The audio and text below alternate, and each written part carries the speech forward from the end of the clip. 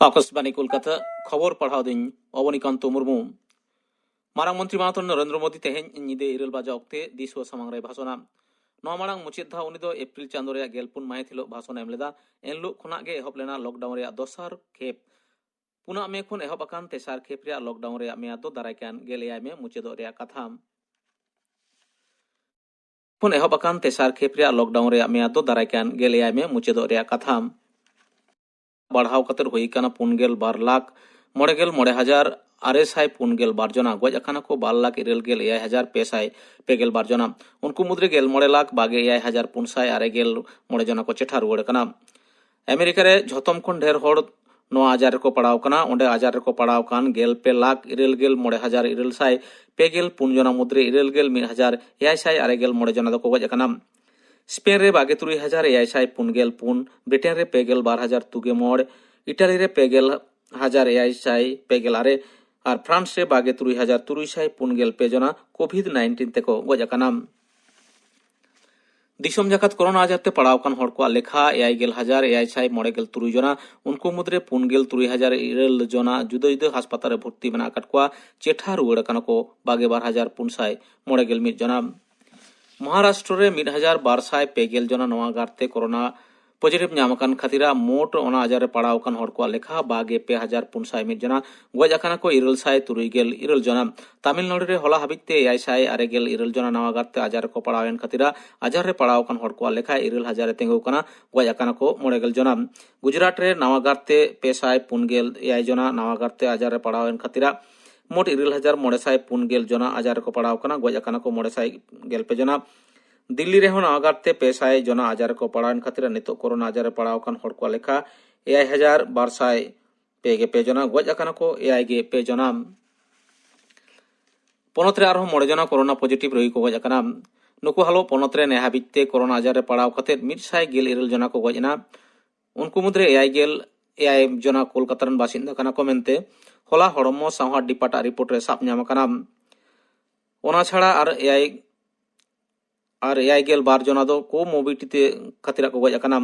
निय ओक्ते नावगाते आरो 124 जना कोरोना आजार रे पड़ाव कना को जतम कोते पोनत रे नेहाबिते 12,025 जना नो आजार को मेना आकार को गज अकान आर चेठा रुआड़ कान होड़ को बात काते नितो 1,554 जना कोरोना रोगी जुदे जुदे हास्पताल रे भर्ती मेना आकार को कोरोना आजार रे पड़ाव कतर गज और नमूना भिडियो रे हिसाब निकेश लैते रापाचा ताला तेगे पोनत रेन हड़मो सामार सूत्रे विवेक कुमार दको बुदली केदेया राज्यपाला आंदे ढेर लेकाते नवा हड़मो सामार हुई कान नारायण स्वरूप निगम उनी दो ताहे काना सांगाराम डिपार्ट रे विवेक कुमार दो परिवेश सूत्रे लेकाते कामिया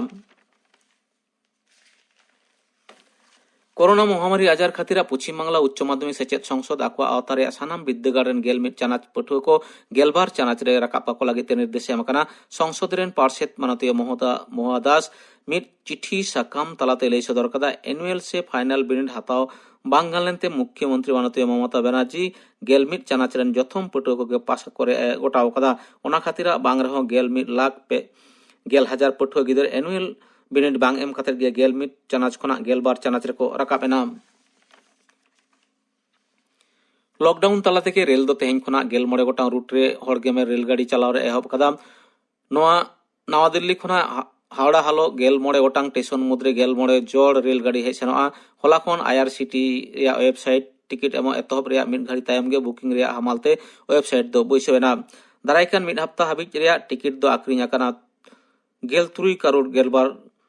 11 लाख टाका रे 12,500 जना पैसेंजर टिकट को गेट अकादा जतम हड़गे रेलगाड़ी अड़ा रे बांग रहो 9 मिनिट मांग स्टेशन ते सेटर हुई तकवा मास्क दो एकाल गे हरो हुआ सांघारेट कान हड़ को दो रोहड़ जमा चादर और कंबल अपनार गे आगु हुई तकवा रेल मंत्रक पाटा खना लई काना जतम पैसेंजर कोठेन गे मोबाइल रे आरोग्य सेतु ऐप तहन जरूराना नोते बेंगलुरु रे आटक खान कामिजों हर पठुआ से रान मुरगन को सेनलेन रोगी को रेलगाड़ी दो तेहें बोरकते बाकुड़ा सेटेरना मोट 1,200 पैसेंजर श्रमिक स्पेशल ट्रेन दो बाकुड़ा रे सेटर तायम उनको हड़मो वीडियो कते को नेल कदा ओंडे खना 30 गोटांग सरकारी बस गाड़ीते बीरभूम मुर्शिदाबाद बानार 24 परगना हलो अपनारा डिडे सेट को मोंडाव कना तेहें खबर पढ़ा दो नोडेगे मुचेद एना।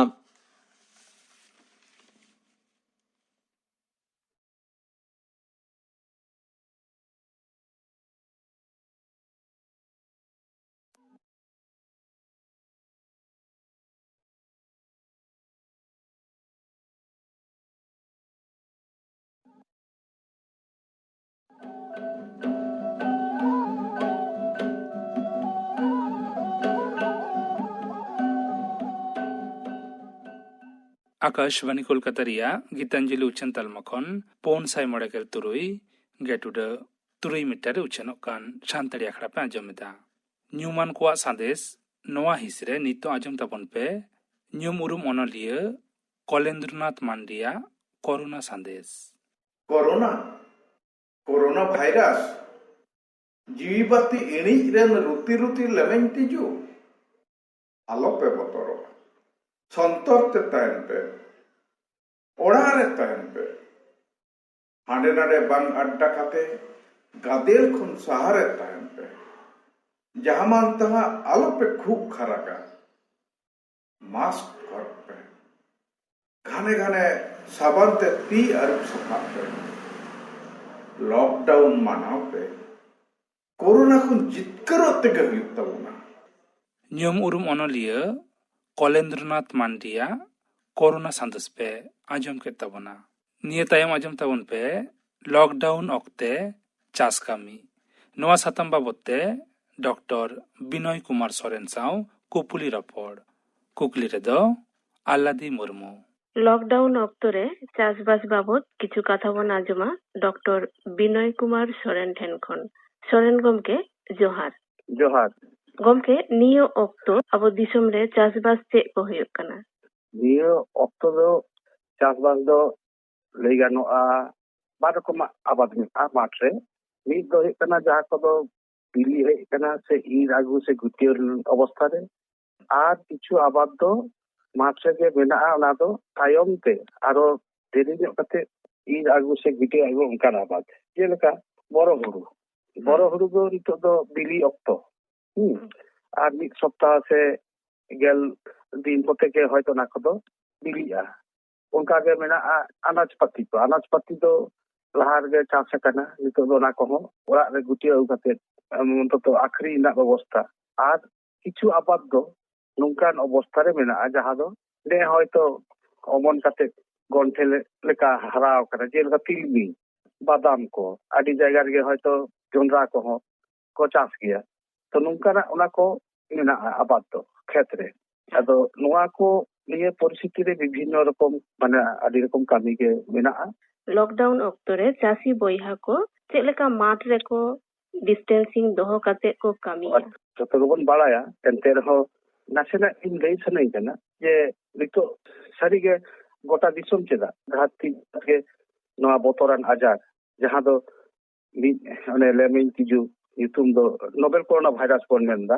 से कोविड-19 खातिर हर दोबन लहो जुरी कन गया तो आ नोआ आजार दो ओका खोन ओकारे से ओकालेकते छुड़िए आ से नुई कोरोना भाइरस दो चामके दाड़े आ ओना को तो अब कोठेन लई पसनाव कना आदो नोआ आजार दो बांगमा आजार लहो जुरी होठेन खोन गे दोसा होठेन आर्मी होठेन हां আর ওনা খাতির থেকে সরকার তরফ খন নয় জাহাতে লকডাউন हमने लागू कदा है अच्छा ना लॉकडाउन रिया नियम से इनको तो नित पढ़ाई होन बड़ाई तिय काट गया बोन जहां नंग आसल तेते तो किंतु माने लेगानो बेगोर जारुरान कामी खातिर ओरा खन दो बांग गुटुक मेनखान हम लेके चास कामी को तो आदो अबो आदि जारुरान कामी खातिर चलाव हुई कना बाहरे रहो और ओना खातिर थे एप्रिल चंदो ना गेलपुन महा तायम खन सरकार हो नोआ चास कामी बाबत छेड़ एम कदा मेनखान लॉकडाउन ना जहां नियम नेमाचार को तो बताव कते के नोआ कामी को तो कराव हुई तबोना मेनते बुत बतलाव का ओना को जेलका पढ़ाई गबन सोशल डिस्टेंसिंग मेन दो माने पे फुट से बार मुका अरे एटा हर खन ताहेन और लेगानो मु मुचा को दो मास्क से गामछा से उर्मल कोते एमान कोते एस बा बे दोहो का तो नुंका कते कामी को माने नोआ लॉकडाउन खातिर चासी को आबागे खुती से अनाट सिजेओ कना जेलका हाट बाजार को दो हाट बाजार तो मा है बंद गे ताहे कना आर जहां अनाज को जमा अनाज पाती को बाजार सेटर बांको सेटर दारेगा होता बांको आखिरीन दारेगा होता ताछड़ा आको आबाद को जेलका मोस्ते बांको गुटियो दारे कदा ᱵᱚᱛᱚᱨ ᱛᱮ ᱩᱰᱩᱠ ᱛᱚ ᱟᱨ ᱥᱟᱶᱛᱮ ᱜᱩᱴᱤᱭᱟᱹᱣ ᱠᱟᱛᱮ ᱦᱚᱸ ᱦᱚᱭᱛᱚ ᱚᱱᱟ ᱥᱚᱴᱷᱤᱠ ᱫᱟᱢ ᱛᱮ ᱵᱟᱝᱠᱚ ᱟᱠᱷᱨᱤᱧ ᱫᱟᱲᱮ ᱟᱠᱟᱫᱟ ᱦᱮᱸᱥᱮ ᱟᱨ ᱵᱟᱝᱠᱷᱟᱱ ᱫᱚ ᱡᱟᱦᱟᱸ ᱠᱚᱨᱮ ᱫᱚ ᱠᱷᱮᱛ ᱠᱚᱨᱮ ᱜᱮ ᱵᱟᱹᱲᱤᱡ ᱵᱚᱨᱵᱟᱫᱮᱱ ᱛᱟᱠᱚᱣᱟ ᱱᱚᱝᱠᱟᱱ ᱵᱮᱯᱟᱨ ᱦᱚᱸ ᱢᱮᱱᱟᱜᱼᱟ ᱚᱱᱟ ᱥᱟᱶᱛᱮ ᱵᱚᱱ ᱵᱟᱲᱟᱭ ᱜᱮᱭᱟ ᱡᱟᱦᱟᱸ ᱠᱚᱨᱮ ᱫᱚ ᱠᱤᱪᱷᱩ ᱫᱤᱱ ᱞᱟᱦᱟ ᱟᱨᱮᱞ ᱵᱟᱲᱟᱣ ᱠᱟᱜᱼᱟ ᱥᱮ ᱚᱱᱟ ᱟᱨᱮᱞ ᱠᱷᱟᱹᱛᱤᱨ ᱛᱮᱦᱚᱸ ᱠᱤᱱᱛᱩ ᱟᱭᱢᱟ ᱜᱮᱭ ᱠᱷᱚᱛᱤ ᱟᱠᱟᱫᱟ ᱟᱫᱚ ᱱᱤᱛᱚᱜ ᱞᱚᱠᱰᱟᱣᱩᱱ ᱛᱟᱦᱮᱸ ᱠᱟᱛᱮᱫ ᱦᱚᱸ ᱡᱟᱦᱟᱸ ᱟᱵᱚ ᱪᱟᱹᱥᱤ ᱠᱚ ᱠᱚᱨᱟᱣ ᱫᱟᱲᱮᱭᱟᱜᱼᱟ ᱚᱱᱟ ᱠᱚᱫᱚ ᱟᱭᱢᱟ ᱞᱮᱠᱟᱱ ᱠᱟᱹᱢᱤ ᱜᱮ ᱢᱮᱱᱟᱜ ᱛᱟᱵᱚᱱ ᱢᱚᱫᱽᱫᱷᱮ ᱡᱮᱢᱚᱱ ᱞᱟᱹᱭ ᱜᱟᱱᱚᱜᱼᱟ ᱡᱮᱞᱮᱠᱟ ᱢᱟᱴᱷ ᱥᱮ ᱠᱷᱮᱛ ᱨᱮᱱᱟᱜ ᱚᱱᱟ ᱡᱟᱦᱟᱸ ᱟᱵᱟᱫ ᱠᱷᱟᱹᱛᱤᱨ ᱚᱱᱟ ᱫᱚ ᱡᱮᱢᱚᱱ ᱦᱩᱲᱩ ᱛᱚ ᱦᱩᱲᱩ ᱵᱤᱞᱤ ᱠᱟᱱᱟ ᱥᱮ ᱵᱤᱞᱤᱜ ᱠᱟᱱᱟ ᱡᱟᱦᱟᱸᱭ ᱠᱚᱣᱟᱜ ᱫᱚ ᱵᱚᱨᱚ ᱦᱩᱲᱩ ᱠᱟᱱᱟ ᱟᱱᱟᱡ ᱯᱟᱹᱛᱤ ᱢᱮᱱᱟᱜᱼᱟ ᱟᱫᱚ ᱦᱩᱲᱩ ᱤᱨ ᱫᱚ ᱟᱯᱟᱱ ᱟᱹᱯᱤᱱ ᱫᱚ ᱡᱷᱚᱛᱚ ᱜᱮ ᱴᱷᱤᱠᱟ ᱠᱤᱱᱛᱩ ᱡᱚᱠᱷᱚᱱ ᱜᱮ ᱢᱤᱫ ᱫᱷᱟᱣᱛᱮ ᱟᱭᱢᱟ ᱦᱚᱲ ᱦᱚᱭᱛᱚ ᱠᱟᱹᱢᱤ ᱦᱚᱪᱚᱭᱟ ᱚᱸᱰᱮ ᱫᱚ ᱢᱤᱫ ᱞᱟᱭᱤᱱ ᱛᱮ ᱤᱨ ᱵᱟᱝ ᱜᱟᱱᱚᱜ ᱛᱟᱠᱚᱣᱟ ᱚᱸᱰᱮ ᱚᱱᱮ ᱵᱟᱨ ᱢᱚᱠᱟ ᱢᱤᱫ ᱦᱚᱲ ᱞᱟᱦᱟᱭᱱᱟᱭ ᱛᱟᱨᱯᱚᱨ ᱟᱨ ᱢᱤᱫ ᱦᱚᱲ ᱮᱦᱚᱵ ᱠᱮᱜᱼᱟ ᱤᱨ ᱦᱩᱲᱩ ᱤᱨ তাহলে হয়তো ওনা যাহা সোশ্যাল ডিস্টেন্সিং লই গানোয়া সাঁওতারি যাহা তফাত ওনা তাহেনা আর অনেক মাস সে জানা গামছাতে রহ মোচা দো বেত দো হইবা যেমন হুই তো সাধারণত ñel kana mid pahite joto ko sabo ami dha to ko ira ona do niya lokal ke to bang ganok tabona oni leike kana lahaina id lahaina ona tayom ra ami sab nai তাহলে তো distance তো ওনা তো মেনটেনক কানা আর যদি ওনা মাঠ ᱨᱮᱱᱟᱜ ᱡᱟᱦᱟᱸ ᱤᱭᱟᱹ ᱠᱚ ᱥᱮ ᱠᱷᱮᱛ ᱨᱮ ᱢᱮᱱᱟᱜᱼᱟ ᱠᱟᱞᱞᱟ ᱚᱱᱟ ᱮᱱᱛᱮᱫ ᱱᱤᱛᱚᱜ ᱫᱚ ᱦᱟᱲᱟᱜ ᱠᱟᱞᱞᱟ ᱠᱚ ᱚᱠᱟ ᱠᱚᱨᱮ ᱫᱚ ᱯᱚᱴᱚᱞ ᱠᱚ ᱪᱟᱥ ᱛᱟᱵᱚᱱᱟ ᱚᱠᱟ ᱠᱚᱨᱮ ᱫᱚ ᱢᱟᱱᱮ ᱟᱲᱟᱜ ᱥᱟᱠᱟᱢ ᱚᱱᱟ ᱠᱚᱦᱚᱸ ᱪᱟᱥᱟ ᱩᱱᱠᱩ ᱠᱚ ᱱᱤᱛᱚᱜ ᱫᱚ ᱞᱟᱹᱭ ᱜᱟᱱᱚᱜᱼᱟ ᱢᱟᱱᱮ ᱚᱱᱟ ᱰᱤᱥᱴᱮᱱᱥᱤᱝ ᱢᱮᱱᱴᱮᱱ ᱠᱟᱛᱮ ᱜᱮ ᱵᱟ ᱮᱥᱠᱟᱨ ᱪᱟᱞᱟᱣ ᱠᱟᱛᱮ ᱚᱱᱟ ᱠᱚ ᱤᱭᱟᱹ ᱟᱹᱜᱩ ᱦᱩᱭᱩᱜ ᱛᱟᱠᱚ ᱜᱩᱴᱤᱭᱟᱹᱣ ᱟᱹᱜᱩ ᱦᱩᱭᱩᱜ ᱛᱟᱠᱚ ᱥᱤᱫ ᱟᱹᱜᱩ ᱦᱩᱭᱩᱜᱼᱟ ᱥᱮ ᱜᱚᱫ ᱟᱹᱜᱩ ᱦᱩᱭᱩᱜᱼᱟ ᱟᱫᱚ ᱱᱚᱣᱟ ᱫᱚ ᱦᱚᱭᱛᱚ ᱦᱩᱲᱩ ᱤᱨ ko huina menkhan nito tilming ko mena'a tilming ko do kintu e bahak kana ona ko bang kutiaw gano'a to ta niya somoy re ona ko hehet na kami onka ge abo jaha lockdown na niyam leka am se nemachar bajay do kate ona hehet kami do gano'a ar thilang japut tin rena jaha apa ko মানে চিন্তা ভাবনায় রাখো সে কো হুদিস কা আগুই দা আবরেন চাষি কো উনকু নুতো নোয়া lockdown রে সময় রে মজ থেকে কাবি দাঁড়ে যেরকম ক্ষেত হাসা কো সিলাউ দহ দাঁড়িয়া সিলাউ কাতে ওনা তো কোনো সোশ্যাল ডিস্টেন্সিং অটোমেটিক আজ থেকে ওনা তো মেনটেনᱚᱜᱼᱟ আর ওনা মদে গুড়ি সে যাহা কম্পোস্ট কো ওনা কো এম দহ কা কো এম দহল খান ভাগি হইবা এবং হলা হাসা কো দো কিন্তু নিয়ে সময় দো সি পাড়া কাতে দহ একাল জারুর কানা যাহা দো ওই হান জাপুত সময় জাহান আবাদ গে তাতে হুড়ু কান সে জনরা কান ওনা লাগি দো ভাগি কামিয়ায় ওনা সাথে আইমা চাষি ওরা রে তাহেনে ইতে কো জান কো ওনা কিন্তু নিয়ে সময় রে মজতে সিতুম কো জম হচো দাঁড়িয়া যাহা দো ওনা নাম মানে যাহা মানতে বুঝাই তাহেনা দিনেন চাষ সময় রে ওনা ko আমি কিন্তু নোয়া কত কোনো লকডাউন না যাহা নিয়ম নোয়া চাও না হাবাং তাড়াম পারম কো অথচ কামি কত তোরাও দিকিয়া কো হ্যাঁ গমকে এমনি থেকে চাষ কামি রেদো হুড়ু রহয় সে হুড়ু ই রেদো ᱧᱮᱞᱚᱜ ᱜᱮᱭᱟ ᱯᱷᱟᱨᱟᱠ ᱜᱮ ᱪᱟᱹᱥᱤ ᱵᱚᱭᱦᱟ ᱫᱚ ᱛᱟᱦᱮᱸ ᱠᱟᱛᱮ ᱜᱮᱠᱚ ᱤᱨᱟᱠᱚ ᱛᱚᱵᱮ ᱞᱚᱠᱰᱟᱣᱩᱱᱟᱜ ᱡᱟᱦᱟᱸ ᱱᱤᱭᱚᱢ ᱚᱱᱟ ᱫᱚ ᱟᱨ ᱠᱟᱹᱴᱤᱡ ᱯᱷᱟᱨᱟᱠ ᱵᱟᱝ ᱥᱮ এমনি থেকে দমে সুর দো বাংকো ইরা আর কাটি যাহা ফারাক সাধারণত তাহে কানা ওনা খন আরো বাড়তি ওনাকা বাড়তি ᱧᱚᱜ ᱢᱤᱫ ᱦᱚᱲ ᱞᱟᱦᱟᱭᱱᱟ ᱚᱱᱟ ᱛᱟᱭᱚᱢ ᱠᱚ ᱮᱦᱚᱵ ᱠᱮᱜᱼᱟ ᱟᱨ ᱢᱤᱫ ᱦᱚᱲ ᱱᱚᱣᱟ ᱤᱧ ᱞᱟᱹᱭ ᱫᱟ ᱤᱱᱟᱹ ᱠᱷᱟᱱ ᱫᱚ ᱚᱱᱟ ᱯᱟᱦᱤ ᱮᱱᱛᱮ ᱡᱟᱦᱟᱸ ᱢᱤᱫ ᱯᱟᱦᱤ ᱛᱮ ᱵᱟᱝ ᱮᱦᱚᱵ ᱠᱟᱛᱮ পরে 10-12টি পাহি পরে আর মিদ হদ এহব কিয়া ইনা খান তো না তো যাহারে মুনিশ কামিন 10-12 জন হয়তো কামিরে লাগালে কো উনকু না ডিস্টেন্স মেনটেন রে আই হো অসুবিধা রে বাই পড়াও দাঁড়িয়া গমকে এমনি তো মা বতর রেনাক ᱫᱚ ᱡᱟᱦᱟᱱᱟᱜ ᱫᱚ ᱵᱟᱹᱱᱩᱜᱼᱟ ᱵᱷᱟᱜᱮ ᱦᱚᱲ ᱡᱟᱦᱟᱸᱭ ᱵᱚᱱ ᱚᱲᱟᱜ ᱨᱮ ᱢᱮᱱᱟᱜ ᱵᱚᱱᱟ ᱟᱯᱟᱱ ᱟᱹᱯᱤᱱ ᱜᱮ ᱪᱤᱱᱦᱟᱹ ᱦᱚᱲ ᱜᱮ ᱢᱩᱱᱤᱥ ᱠᱚ ᱡᱟᱦᱟᱸᱭ ᱠᱚᱵᱚᱱ ᱠᱷᱟᱴᱟᱣ ᱠᱚᱣᱟ ᱢᱟᱱᱮ ᱵᱷᱟᱜᱮ ᱦᱚᱲ ᱜᱮ ᱟᱨᱠᱤ ᱨᱳᱜ ᱵᱤᱦᱤᱱ ᱵᱟᱹᱱᱩᱜ ᱩᱱᱠᱩ ᱜᱮ ᱠᱟᱹᱢᱤ ᱨᱮᱠᱚ ᱠᱷᱟᱴᱟᱜ ᱠᱟᱱᱟ ᱚᱱᱟ ᱛᱮᱫᱚ ᱚᱥᱩᱵᱤধᱟ ᱫᱚ ᱵᱟᱹᱱᱩᱜᱼᱟ ᱡᱟᱦᱟᱸ ᱛᱤᱱᱟᱹᱜ ᱦᱚᱲ ᱜᱮᱠᱚ ᱢᱤᱫ ᱦᱚᱲ ᱛᱮᱫᱚ ᱟᱨ ᱪᱟᱥᱵᱟᱥ ᱠᱟᱹᱢᱤ ᱫᱚ ᱵᱟᱝ ᱜᱟᱱᱚᱜᱼᱟ ᱴᱷᱤᱠᱮᱢ ᱞᱟᱹᱭᱫᱟ ᱠᱤᱱᱛᱩ ᱡᱟᱦᱟᱸ ᱟᱵᱚ ᱵᱚᱱ ᱵᱚᱛᱚᱨᱚᱜ ᱠᱟᱱᱟ ᱟᱵᱚ ᱡᱟᱦᱟᱸ ᱵᱚᱱ ᱵᱚᱛᱚᱨ ᱨᱮᱱᱟᱜ ᱫᱚ ᱵᱟᱹᱱᱩᱜᱼᱟ ᱴᱷᱤᱠᱮᱢ ᱞᱟᱹᱭᱫᱟ ᱟᱫᱚ ᱢᱚᱱᱮ ᱠᱟᱜ ᱢᱮ ᱵᱟᱦᱨᱮ ᱠᱚ ᱪᱟᱞᱟᱣ ᱠᱟᱱᱟ ᱛᱚ ᱠᱟᱹᱢᱤ ᱚᱠᱚᱭ ᱫᱚ नामाल होय चला लना अकय दो चेन्नई अकय दो मुंबई नोंका को चला करा तो आदो उनको साथे अनेक समय ओना आजार रेन तिजु को संगे कान के निए के ओना कथा दिसे दोहो कते गे सोशल डिस्टेंसिंग माना सोशल डिस्टेंसिंग माना दो चास कामी रे सरकार पाहटा से खन छेड़ को एम आकादा ओना छेड़ बाबत ते कटी कथा लay में सरकार पाहटा को चासबास रे दो ओने लay गानोआ जतो कामी के गानोआ मेनखान लॉकडाउन ना नियम लेखाते ओना जहां मास्क हरो आर सोशल डिस्टेंसिंग नोला मेंटेन करते जतो कामी के गानो ताबोना आदो जहां समस्या बोले ता सब्जी आखरी हो गानोआ है से आदो जहां को आइमा सब्जी अनाज हुई जना बाटे बिगे हयतो होय का आय ओना हाट कल्ला जहां करोला आदो उनी तो नोआ उनी दो हयतो का पाकुड़ा से दुर्गापुर से जहां दो कोलकाता भेजाए भेजा कहना रहा तो होना भी नहीं चाहिए। इस वायरस में जो मृत्यु दर है वो बहुत कम है। कुल मिला के कोई घबराने का जरूरत नहीं है। स्वास्थ्य मंत्रालय ने कोविड-19 के बहुत ओना होते मेंटेन उनी ऑनोदात्री मतलब एस सरकार खने चालू का जहां दो ना डाउनलोड गानोआ है ऑनोदात्री दो ओंडे दो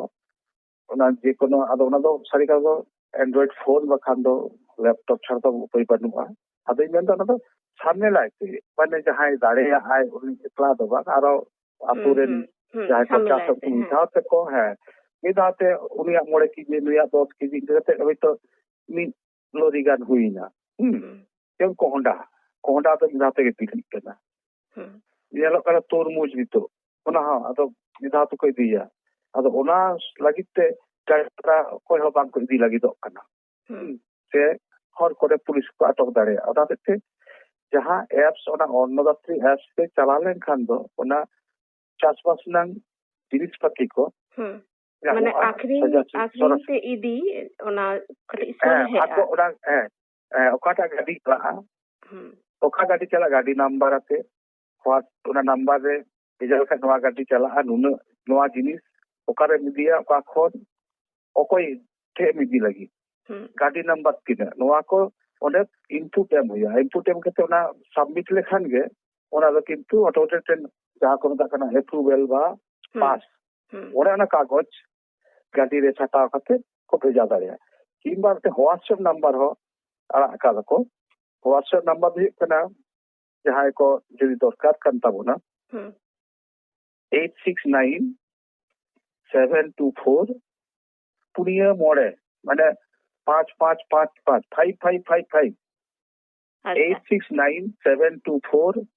5555 ने व्हाट्सएप नंबर हो नोआर हो एसएमएस का मैसेज करते रिक्वेस्ट लिखान दो उनको रेस्पॉन्स आको माने जे नुना इनन आबाद मेना नोआ ओंडे इदिया नोआ ना परिवहन व्यवस्था से इदी ना व्यवस्था लगिते गाड़ी व्यवस्था नोआ गाड़ी नंबर ये लगी और ओंडा इलाका ना नोआ ने छाड़ी नाम ताले अंतर हर रे बीच से ये कराते पुलिस को से प्रशासन को बांग को अटका ठीक से माने हुड़ू जेमन को अखरिंग दा हुड़ू तो किसान मंडी ओना हुड़ू अखरिंग तो बंद हो कना हम जाय हुड़ू अखरिंग सनाया उनी हो नोआ सरकार ते हुड़ू अखरिंग लगी हो नोआ एप्स तलाते अखरिंग दरे अन्नो दात्री नोआ एप्स को माने चालू मेना पश्चिम बंगाल सरकार को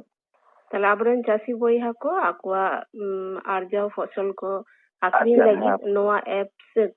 आदि गोड़ो सपोहत एमोआ और होय आम जहां व्हाट्सएप नंबर हम ले केदा ओनाते हो चासी बोइहा को सुजोग को हताव दाड़ेया अच्छा गमके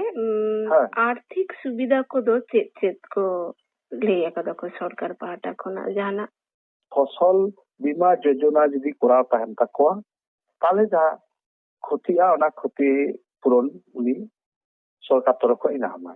अब ना किसी लहारे के जहां फसल बीमा योजना में ना फसल योजना है जहां ने नुआ अनाज पतिन चास लगी है ओना लगी ते फॉर्म फिलअप करते ओना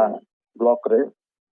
किसी अधिकारी उनको ठेन जमा हुई को जमा ना व्यवस्था में ना ले जाना भविष्य रे निते जहां को बांग करा करता बोना ᱯᱷᱚᱥᱚᱞ ᱵᱤᱢᱟ ᱡᱳᱡᱚᱱᱟ ᱚᱱᱟ ᱫᱚ ᱯᱚᱨᱚᱵᱚᱨᱛᱤ ᱟᱵᱟᱫ ᱞᱟᱹᱜᱤᱫ ᱦᱚᱸ ᱠᱚᱨᱟᱣ ᱫᱚᱦᱚ ᱫᱟᱲᱮᱭᱟᱜᱼᱟ ᱱᱤᱭᱟᱹ ᱢᱤᱫᱴᱮᱱ ᱟᱠᱚ ᱡᱟᱦᱟᱱ ᱟᱵᱟᱫ ᱜᱮ ᱠᱷᱚᱛᱤᱜᱼᱟ ᱚᱱᱟ ᱨᱮᱱᱟᱜ ᱥᱚᱢᱯᱩᱨᱱᱚ ᱫᱟᱢ ᱠᱚ ᱯᱷᱮᱨᱚᱛ ᱠᱚ ᱧᱟᱢᱟ ᱜᱚᱢᱠᱮ ᱢᱩᱪᱟᱹᱫ ᱨᱮ ᱪᱟᱹᱥᱤ ᱵᱚᱭᱦᱟ ᱠᱚ ᱟᱢ ᱡᱟᱦᱟᱱᱟᱜ ᱥᱟᱸᱫᱮᱥ ᱤᱧ ᱛᱚᱨᱚফ ᱠᱷᱚᱱᱟᱜ ᱪᱟᱹᱥᱤ ᱵᱚᱭᱦᱟ ᱠᱚ ᱞᱟᱹᱜᱤᱫ ᱥᱟᱸᱫᱮᱥ ᱫᱚ ᱡᱮ ᱡᱟᱦᱟᱸ ᱞᱚᱠᱰᱟᱣᱩᱱ ᱛᱟᱞᱟ ᱛᱮᱦᱚᱸ ᱡᱟᱦᱟᱱ ᱠᱟᱹᱢᱤ ᱠᱚ ᱟᱵᱚᱨᱮᱱ ᱪᱟᱹᱥᱤ ᱠᱚ ᱠᱚᱨᱟᱣ ᱫᱟᱲᱮᱭᱟᱜᱼᱟ ᱚᱱᱟ ᱫᱚ ᱡᱷᱚᱛᱚ ᱞᱮᱠᱟᱱ ᱠᱟᱹᱢᱤ ᱜᱮ ᱢᱮᱱᱠᱷᱟन ᱞᱚᱠᱰᱟᱣᱩᱱ ᱨᱮᱱᱟᱜ ᱱᱤᱭᱚᱢ ᱥᱮ ᱱᱮᱢᱟᱪᱟᱨ ᱵᱟᱛᱟᱣ ᱠᱟᱛᱮ ᱟᱵᱚ ᱡᱟᱦᱟᱸ ᱠᱟᱹᱢᱤ ᱚᱠᱛᱚ ᱨᱮ ᱠᱚᱨᱟᱣ ᱡᱟᱹᱨᱩᱲ ᱠᱟᱱ ᱛᱟᱠᱚᱣᱟ ᱚᱠᱛᱚ ᱨᱮ ᱵᱟᱝ ᱠᱚᱨᱟᱣ ᱞᱮᱠᱷᱟᱱ ᱠᱤᱱᱛᱩ ᱟᱵᱟᱫ ᱨᱮᱱᱟᱜ ᱯᱷᱚᱞᱚᱱ ᱠᱚ ᱠᱚᱢ ᱪᱟᱞᱟᱜᱼᱟ ᱟᱫᱚ ᱚᱱᱟᱛᱮ ᱞᱚᱠᱰᱟᱣᱩᱱ ᱛᱟᱦᱮᱱ ᱛᱩᱞᱩᱡ ᱦᱚᱸ ᱪᱟᱥ ᱠᱟᱹᱢᱤ ᱫᱚ ᱥᱚᱢᱚᱭ ᱨᱮᱱᱟᱜ ᱚᱠᱛᱚ ᱡᱮᱢᱚᱱ ᱞᱟᱹᱭ ᱜᱟᱱᱚᱜᱼᱟ ᱱᱚᱜᱼᱚᱭ ᱥᱚᱢᱚᱭ ᱨᱮ ᱡᱟᱛᱮ ᱡᱟᱹᱯᱩᱫ ᱫᱤᱱ ᱨᱮᱱᱟᱜ ᱦᱩᱲᱩ ᱤᱛᱟᱹ তে চারা কো গিরিমা তে সময় রে ইতে কো এরমা তবেই খান গে আকো কো লাভ দাঁড়িয়ে খান দো লকডাউন খাतिर যদি কামি হাতির দহ কা আকো তাহলে কি উনকা আবাদ দো বাং কো ᱧᱟᱢᱟ মানে চাষ কামি দো সময় রে করাও হুᱭᱩᱜᱼᱟ নিয়ে গেলে তো চাষি বইহা ᱠᱚ ᱱᱚᱣᱟ ᱟᱡᱟᱨ ᱵᱟᱝ ᱵᱚᱛᱚᱨ ᱠᱟᱛᱮ ᱥᱚᱪᱮᱛᱚᱱᱚᱛᱟ ᱫᱚᱦᱚ ᱠᱟᱛᱮ ᱠᱟᱹᱢᱤ ᱢᱟᱠᱚ ᱥᱮ ᱵᱟᱝ ᱟᱠᱚ ᱦᱚᱲᱢᱚ ᱡᱤᱣᱤ ᱱᱟᱯᱟᱭ ᱛᱟᱦᱮᱱ ᱛᱟᱠᱚ ᱢᱟ ᱟᱱᱟᱡ ᱯᱟᱹᱛᱤ ᱠᱚ ᱟᱨᱡᱟᱣ ᱫᱟᱲᱮᱭᱟᱜᱼᱟ ᱟᱨ ᱟᱵᱚ ᱥᱟᱫᱷᱟᱨᱚᱱ ᱢᱟᱹᱱᱢᱤ ᱩᱱᱠᱩ ᱠᱷᱟᱹᱛᱤᱨ ᱜᱮᱛᱚ ᱡᱚᱢᱟᱜ ᱠᱚᱵᱚᱱ ᱧᱟᱢ ᱮᱫᱟ ᱥᱮ ᱩᱱᱠᱩ ᱠᱷᱟᱹᱛᱤᱨ ᱛᱮᱜᱮ ᱵᱟᱧᱪᱟᱣ ᱢᱮᱱᱟᱜ ᱵᱚᱱᱟ ᱡᱚᱢᱟᱜ ᱵᱚᱱ ᱧᱟᱢ ᱮᱫᱟ ᱟᱨ ᱩᱱᱠᱩ ᱠᱷᱟᱹᱛᱤᱨ ᱛᱮᱜᱮ ᱟᱵᱚᱣᱟᱜ ᱞᱟᱹᱭ ᱜᱟᱱᱚᱜᱼᱟ ᱦᱚᱲᱢᱚ ᱥᱮ ᱥᱟᱶᱟᱨ ᱦᱚᱸ ᱞᱟᱹᱭ ᱜᱟᱱᱚᱜᱼᱟ ᱢᱚᱡᱽ ᱛᱮ ᱢᱮᱱᱟᱜᱼᱟ ᱟᱫᱚ ᱚᱱᱟᱛᱮ ᱟᱠᱚ ᱦᱚᱸ ᱢᱚᱡᱽ ᱛᱮᱠᱚ ᱛᱟᱦᱮᱱ ᱢᱟ ᱟᱨ ᱟᱠᱚ ᱢᱚᱡᱽ ᱛᱮ ᱛᱟᱦᱮᱸ ᱠᱟᱛᱮ ᱪᱟᱥ ᱟᱵᱟᱫ ᱠᱚ ᱟᱨᱡᱟᱣ ᱢᱟ ᱟᱨ ᱟᱵᱚ ᱦᱚᱸ ᱢᱚᱡᱽ ᱛᱮᱠᱚ ᱫᱚᱦᱚ ᱵᱚᱱ ᱢᱟᱠᱚ ᱜᱚᱢᱠᱮ ᱟᱹᱰᱤ ᱥᱟᱨᱦᱟᱣ ᱱᱚᱣᱟ ᱠᱚ ᱠᱟᱛᱷᱟ ᱞᱟᱹᱭ ᱯᱟᱥᱱᱟᱣ ᱞᱟᱹᱜᱤᱫ ᱢᱟ ᱛᱟᱦᱞᱮ ᱠᱟᱛᱷᱟ ᱫᱚ ᱱᱚᱰᱮ ᱜᱮᱞᱟᱝ ᱢᱩᱪᱟᱹᱫ ᱮᱫᱟ ᱡᱚᱦᱟᱨ ᱜᱚᱢᱠᱮ ᱡᱚᱦᱟᱨ ᱞᱚᱠᱰᱟᱣᱩᱱ ᱚᱠᱛᱮ ᱪᱟᱥ ᱠᱟᱹᱢᱤ ᱱᱚᱣᱟ ᱥᱟᱛᱟᱢ ᱵᱟᱵᱚᱫ ᱰᱚᱠᱴᱚᱨ ᱵᱤᱱᱚᱭ ᱠᱩᱢᱟᱨ ᱥᱚᱨᱮᱱ ᱥᱟᱶ ᱠᱩᱯᱞᱤ ᱨᱚᱯᱚᱲ ᱯᱮ ᱟᱸᱡᱚᱢ ᱠᱮᱫ ᱛᱟᱵᱚᱱᱟ ᱠᱩᱠᱞᱤ ᱨᱮᱫᱚᱭ ᱛᱟᱦᱮᱸ ᱞᱮᱱᱟ ᱟᱞᱞᱟᱫᱤ ᱢᱩᱨᱢᱩ ᱱᱤᱭᱟᱹ ᱠᱚ ᱫᱤᱱ ᱚᱠᱟ ᱢᱩᱦᱤᱢ ᱫᱤᱱ ᱦᱩᱭᱩᱜ ᱠᱟᱱ ᱟᱭᱢᱟ ᱞᱮᱠᱟᱱ ᱠᱟᱛᱷᱟ ᱠᱚ ᱟᱸᱡᱚᱢᱚᱜ ᱠᱟᱱᱟ ᱚᱠᱟ ᱫᱚ ᱵᱟᱝ ᱥᱟᱹᱨᱤᱭᱟ ᱡᱮᱞᱮᱠᱟ ᱠᱟᱡᱟᱠ ᱥᱤᱛᱩᱝ ᱨᱮ ᱥᱮ 25 ᱰᱤᱜᱽᱨᱤ ᱥᱮᱱᱴᱤᱜᱨᱮᱰ ᱠᱷᱚᱱ ᱵᱟᱹᱲᱛᱤ ᱛᱟᱯᱢᱟᱱ ᱨᱮ ᱠᱳᱨᱳᱱᱟ ᱵᱷᱟᱭᱨᱟᱥ ᱯᱟᱥᱱᱟᱣ ᱫᱚ ᱵᱟᱝ ᱦᱩᱭᱩᱜᱼᱟ ᱥᱟᱹᱨᱤ ᱠᱟᱛᱷᱟ ᱫᱚ ᱱᱚᱣᱟ ᱠᱟᱱᱟ ᱡᱮ ᱠᱳᱨᱳᱱᱟ ᱵᱷᱟᱭᱨᱟᱥ ᱯᱟᱥᱱᱟᱣ ᱥᱮ COVID-19 ᱨᱮᱫᱚ ᱵᱟᱹᱲᱛᱤ ᱴᱮᱢᱯᱟᱨᱮᱪᱟᱨ ᱦᱩᱭᱩᱜ ᱨᱮᱦᱚᱸ ᱧᱟᱢ ᱫᱟᱲᱮᱭᱟᱜᱼᱟ ᱟᱭᱢᱟ ᱱᱚᱝᱠᱟᱱ ᱫᱤᱥᱚᱢ ᱚᱠᱟ ᱨᱮᱱᱟᱜ ᱦᱚᱭ ᱦᱤᱸᱥᱤᱫ ᱥᱮ ᱟᱵᱚᱦᱟᱣᱟ ᱥᱮ ᱳয়েদার ᱟᱹᱰᱤ ᱞᱚᱞᱚ ᱨᱮᱦᱚᱸ COVID-19 ᱨᱮᱱᱟᱜ ᱠᱮᱥ ᱧᱟᱢ ᱟᱠᱟᱱᱟ ᱱᱚᱣᱟ ᱠᱟᱛᱷᱟ ᱫᱚ ᱮᱲᱮ ᱜᱮᱭᱟ ᱡᱮ ᱟᱢᱮᱨᱤᱠᱟতে ভারত ᱠᱷᱚᱱ হাইড্রোক্সি ক্লোরোকুইন কোল তাইনম ᱱᱚᱣᱟ ᱨᱟᱱ ᱨᱮᱱᱟᱜ ᱢᱮᱱᱮᱠ হাইড্রোক্সি ক্লোরোকুইন ᱥᱴᱚᱠ ᱫᱚ ᱵᱚᱞᱮ ᱠᱚᱢᱟᱣ ᱟᱠᱟᱱᱟ ᱟᱨ ᱢᱩᱢᱵᱟᱭ ᱮᱢᱟᱱ ᱨᱮ ᱰᱟᱠᱛᱟᱨ ᱠᱚ ᱱᱚᱣᱟ ᱨᱟᱱ ᱨᱳᱜী ᱠᱚ ᱵᱟᱠᱚ ᱮᱢ ᱫᱟᱲᱮᱭᱟᱠᱚ ᱠᱟᱱᱟ ᱛᱮᱦᱮᱧᱟᱜ ᱥᱟᱱᱛᱟᱲᱤ ᱟᱠᱷᱲᱟ ᱫᱚ ᱱᱚᱰᱮ ᱜᱮ ᱢᱩᱪᱟᱹᱫ ᱮᱱᱟ